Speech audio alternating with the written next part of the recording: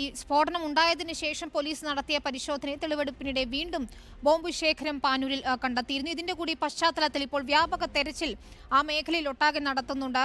സംസ്ഥാനത്തിന്റെ പലയിടത്തും ഇത്തരത്തിൽ തെരച്ചിൽ നടത്താനുള്ള നിർദ്ദേശവും നൽകിയിരുന്നു. ഇപ്പോൾ രണ്ടുപേരെ കൂടി പോലീസ് കസ്റ്റഡിയിലെടുക്കുകയും ചെയ്തിട്ടുണ്ട്. അർജുൻ കല്യാട് നൽകും വിവരങ്ങൾ. അർജുൻ, നേരത്തെ ഒളിവിലുണ്ടായിരുന്നവരെയാണോ ഇപ്പോൾ കസ്റ്റഡിയിലെടുത്തിരിക്കുന്നത്? ഇവരെ ചോദ്യം ചെയ്യുന്നതിൽ നിന്നും കൂടുതൽ വിവരങ്ങൾ പോലീസിന് കിട്ടിയിട്ടുണ്ടോ? ഇപ്പോൾ ഈ തെരച്ചിൽ എവിടെയൊക്കെയാണ് നടത്തിയിരുന്നത്?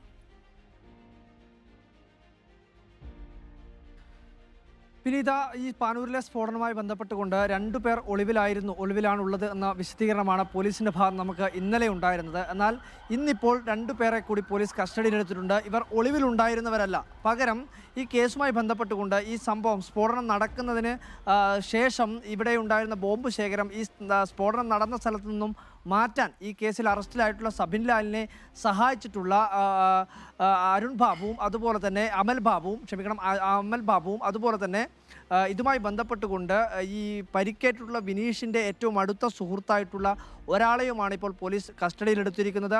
ഒളിവിലുള്ള രണ്ടു പേരും ഇപ്പോൾ ഒളിവിൽ തന്നെയാണ്. ഇവരെ പിടികൂടുന്നതിന് വേണ്ടിയിട്ടുള്ള തീവ്രമായ ശ്രമം പോലീസിൻ്റെ ഭാഗത്ത് നടക്കുന്നു എന്ന കാര്യമാണ് നമുക്ക് മനസ്സിലാക്കാൻ വേണ്ടി കഴിയുന്നത്. ജില്ലാ പോലീസ് മേധാവി അജിത് കുമാറിൻ്റെയും കൂത്തുപറമ്പ് ACP KV വേണുഗോപാലിൻ്റെ നേതൃത്വത്തിലുള്ള അന്വേഷണ സംഘമാണ് ഈ കേസ് അന്വേഷിക്കുകയും ചെയ്യുന്നത്. കൃത്യമായ രീതിയിലുള്ള അന്വേഷണം നടക്കും എന്നുള്ള കാര്യമാണ് പോലീസ് വ്യക്തമാക്കുന്നത്. ആ സമയത്തും രണ്ടുപേർ ഒളിവിൽ കഴിയുന്നു എന്നത് വളരെ പ്രധാനപ്പെട്ടതാണ്. അതിലൊരാൾ ഈ കേസിലെ സൂത്രധാരനാണ്, അല്ലെങ്കിൽ ഇതിൻ്റെ ഏറ്റവും പ്രധാനപ്പെട്ട ഈ കേസുമായി ബന്ധപ്പെട്ടുകൊണ്ട് ഏറ്റവും പ്രധാനപ്പെട്ട ഒരു പ്രതിയാണ് എന്നുള്ള ഒരു കാര്യം കൂടി നമുക്ക് മനസ്സിലാക്കാൻ വേണ്ടി കഴിയുന്നുണ്ട്.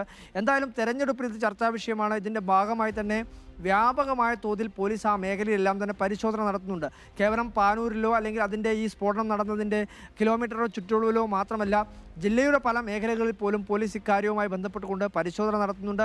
ഇന്നലെ തന്നെ ഈ കേസിൽ അറസ്റ്റിലായ പലരിൽ നിന്നും മൊഴിയെടുക്കുന്ന ഘട്ടത്തിലും പോലീസ് ചോദ്യം ചെയ്യുന്ന ഘട്ടത്തിലും പല മേഖലകൾ കേന്ദ്രീകരിച്ചുകൊണ്ടും ഇത്തരത്തിൽ ബോംബ് നിർമ്മാണം ഉൾപ്പെടെയുള്ള കാര്യങ്ങൾ നടന്നു എന്നുള്ള സൂചന പോലീസിന് ലഭിച്ചിട്ടുണ്ട്.